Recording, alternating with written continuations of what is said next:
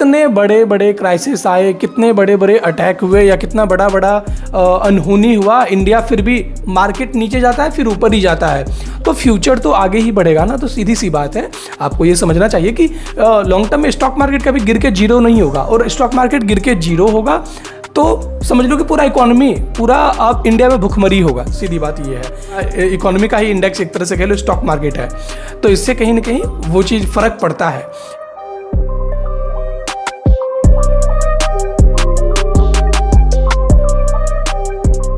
अभी जो टाइम चल रहा है ना, अभी जो वार चल रहा है, युद्ध चल रहा है इजराइल और ईरान, अमेरिका, यूएस का, तो इसमें इंडिया का भी मतलब ग्लोबल इकोनॉमी पे इम्पैक्ट पड़ रहा है। और अभी जो टाइम है ना, ये गोल्डन अपॉर्चुनिटी है इन्वेस्ट करने के लिए एसआईपी में, मतलब एसआईपी करें या लमसम करें, म्यूचुअल फंड में, म्यूचुअल फंड या ईटीएफ या इक्विटी मार्केट में मतलब डालने का बेस्ट टाइम है। लेकिन stock market, mutual fund, ETF आपको ज़्यादा समझ नहीं आता है, डोंट वरी अबाउट दैट। आपके सामने ईटीएफ और म्यूचुअल फंड, सिर्फ ये दोनों समझने की ज़रूरत है।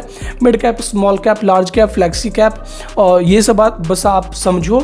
और बहुत सारे एमसी है, आप जो आपको पसंद आता है या जो भी आप, जैसे आईसीआईसीआई है, एसबीआई, एचडीएफसी है, कोटक का है, अलग अलग बहुत सारे फंड आपको मिल जाएंगे, जिसमें आपको लगता है उसमें आप डाल सकते हो। बट अभी ना सभी डिस्काउंटेड प्राइस पे एक तरह से मिल रहा है।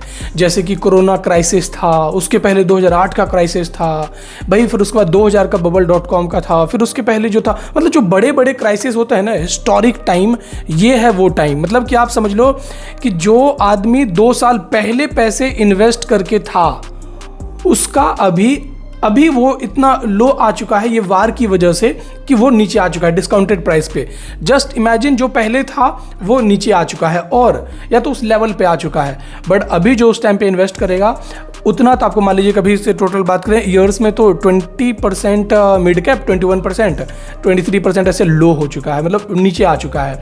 और आई गेस अभी आप सोचो कि 21% जो जंप करेगा, जब भी एनएवी जो होता है ना, एनएवी अगर लो प्राइस पे मिल रहा है तो ऑब्वियस सी बात है कि वो हमें कंपाउंडिंग ग्रोथ में, पैसे को डबल करने में या बढ़ाने में हमें वो हेल्प करता है। सिंपल सी बात है, लो प्राइस पे मिल रहा है, एक तो जितना डाउन गया उतना ऊपर जाएगा, और ऊपर जाने के बाद फिर जो ग्रोथ होगा, क्योंकि इंडिया ग्रोइंग इकोनॉमी है, धीरे धीरे ग्रोथ होना ही है। और इंडिया की बात करें, ग्लोबल इकोनॉमी, ग्लोबल ही पूरा बढ़ेगा ही। देखिए, मैं कोई फाइनेंशियल रजिस्टर्ड कोई एक्सपर्ट नहीं हूँ, बट मैं चीज़ों में इन्वेस्ट करता हूँ, मैं अपनी चीज़ें शेयर करता हूँ, आपके साथ शेयर कर रहा हूँ पहली बार फाइनेंशियल चीज़ें। बट इसमें मेरा आपसे कोई कमीशन ना मिलेगा, ना कुछ मिलेगा, तो मेरे कोई लिंक विंक से करने की ज़रूरत नहीं है। आपको बस अपना इच्छा है, जहाँ से भी ग्रो के थ्रू, बहुत सारे प्लेटफॉर्म है उसके थ्रू आप कर सकते हो। बट मैं कह रहा हूँ, इस चीज़ को आपको समझना चाहिए। अगर आप इस चीज़ से आप दूर रहते हैं तो दूर रहने की ज़रूरत नहीं है, क्योंकि आप अगर यंग हो, अभी 20 साल के हो, 25 साल के हो या 30 साल के हो, तो 30, मैं तो खुद 30 से नीचे हूँ, तो यंग तो मैं भी हूँ। बट मैंने चीज़ों को लर्न किया, मैंने चीज़ों को सीखा, तो उसी तरीके से आपको भी लर्न करना पड़ेगा। समझो म्यूचुअल फंड क्या है, ईटीएफ क्या है, कोई बड़ा बात नहीं है इसको सीखना, बट इसको सीख लोगे तो आपको ये बहुत काम देगा। जैसे रियल एस्टेट, ज़मीन में इन्वेस्ट करना, पैसे बहुत अच्छी बात है, बट ज़मीन में इन्वेस्ट करने के लिए, प्रॉपर्टी में डालने के लिए थोड़ा पैसा आपको अर्न करना पड़ेगा, थोड़ा चाहिए होगा।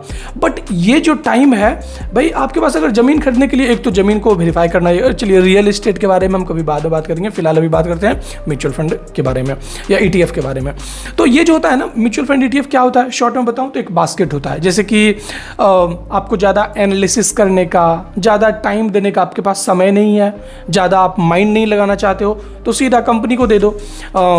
बास्केट एक तरह से होता है, उस बास्केट में मैं भी डाल दूंगा, ये भी डाल देगा, वो भी डाल देगा, तो ऐसे ऐसे कर करके कोई 1 लाख डाल रहा है, कोई 1 करोड़ डाल रहा है, कोई 2 करोड़ डाल रहा है पैसे, और वो जो है लॉन्ग टर्म में ग्रोथ ही देगा।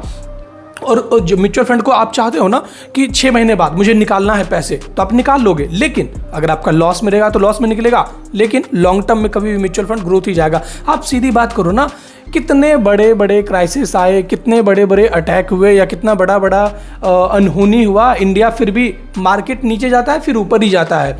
तो फ्यूचर तो आगे ही बढ़ेगा ना। तो सीधी सी बात है, आपको ये समझना चाहिए कि लॉन्ग टर्म में स्टॉक मार्केट कभी गिर के जीरो नहीं होगा, और स्टॉक मार्केट गिर के जीरो होगा तो समझ लो कि पूरा इकोनॉमी, पूरा आप इंडिया में भुखमरी होगा। सीधी बात ये है, क्योंकि ये इंडेक्स है यार, इंडेक्स है, पूरा इकोनॉमी का ही इंडेक्स एक तरह से कह लो, स्टॉक मार्केट है।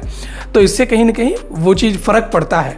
इसमें SBI है भाई, बड़े बड़े बैंक है, रिलायंस है, सब कंपनी है जो बड़े बड़े हैं, जो पब्लिकली अवेलेबल है, जो पब्लिकली इन्वेस्ट करने के लिए अवेलेबल हैं कंपनियाँ, तो वो तो है ही। तो कहने का मतलब स्टॉक मार्केट का ख़त्म होना मतलब पूरा इकोनॉमी ख़त्म हो जाना, तो वो चीज़ तो होने नहीं वाला। तो इसलिए अभी बेस्ट टाइम है इन्वेस्ट करने का। मैं बस इतना ही बोलूँगा। आई थिंक मैं एक ही बात को कुछ ज़्यादा घुमाऊंगा तो वीडियो लंबा हो जाएगा। मैं इस वीडियो को कोशिश करता हूँ एंड करने का।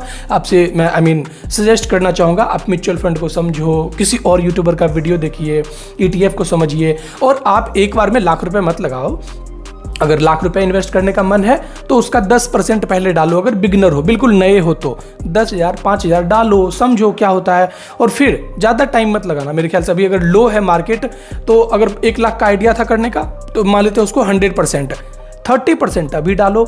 एक वीक में युद्ध देखो क्या होता है, मार्केट और गिरता है। मुझे तो लगता है 22 टच करना, 22 से नीचे नहीं जा सकता है, 22,000 से निफ्टी इंडेक्स, निफ्टी 50। तो अगर उससे नीचे जाता है तो और पैसे आप उस तरह से डाल दो।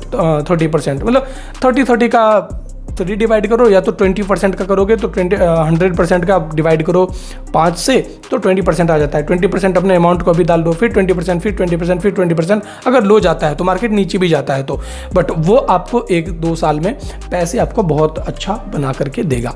तो मैं आई एम नॉट गारंटेड, मैं ये नहीं कह रहा, बट आपको ये समझना पड़ेगा। हिस्ट्री आप देखो, समझो, तो अच्छा रहेगा, बट इससे दूर मत भागो, इसे आप समझिए, अच्छा रहेगा। मैं इस वीडियो को एंड करता हूँ। मैं मिलता हूँ किसी और इंटरेस्टिंग वीडियो के साथ। मैं कोशिश करूँगा आगे फाइनेंस के बारे में ना, कुछ टॉपिक के बारे में, जैसे म्यूचुअल फंड को मैं खुद भी समझाने की कोशिश करूँगा अच्छे से एक्सप्लेन करके। बट अभी मैंने डायरेक्ट ये बोल दिया कि इन्वेस्ट करने के बारे में। तो अगर आप बिगिनर हैं तो समझ गए होंगे, लेकिन जो बिल्कुल ही दूर हैं इस चीज़ से, तो थोड़ा मोड़ा आप समझे होंगे कि मैं इशारा क्या कर रहा हूँ, क्या कहना चाह रहा हूँ। Okay, let me and this video. ये वीडियो बस मैं वैसे लोगों के लिए बना रहा था जो कि बिल्कुल ही फाइनेंशियल चीज़ों से दूर रहते हैं, या फाइनेंशियल चीज़ों को आप समझने की कोशिश नहीं करते हैं, इन्वेस्टमेंट को समझने की कोशिश नहीं करते हैं। ये मेरा उन सब के लिए वीडियो था। तो ये आपके लिए गोल्डन अपॉर्चुनिटी है। Okay, let me and this video. Like कर दीजिएगा, चैनल को सब्सक्राइब कर देना है, एंड कमेंट में बताइए अपने थॉट्स, विचार, कैसा लगा वीडियो। Thank you, bye.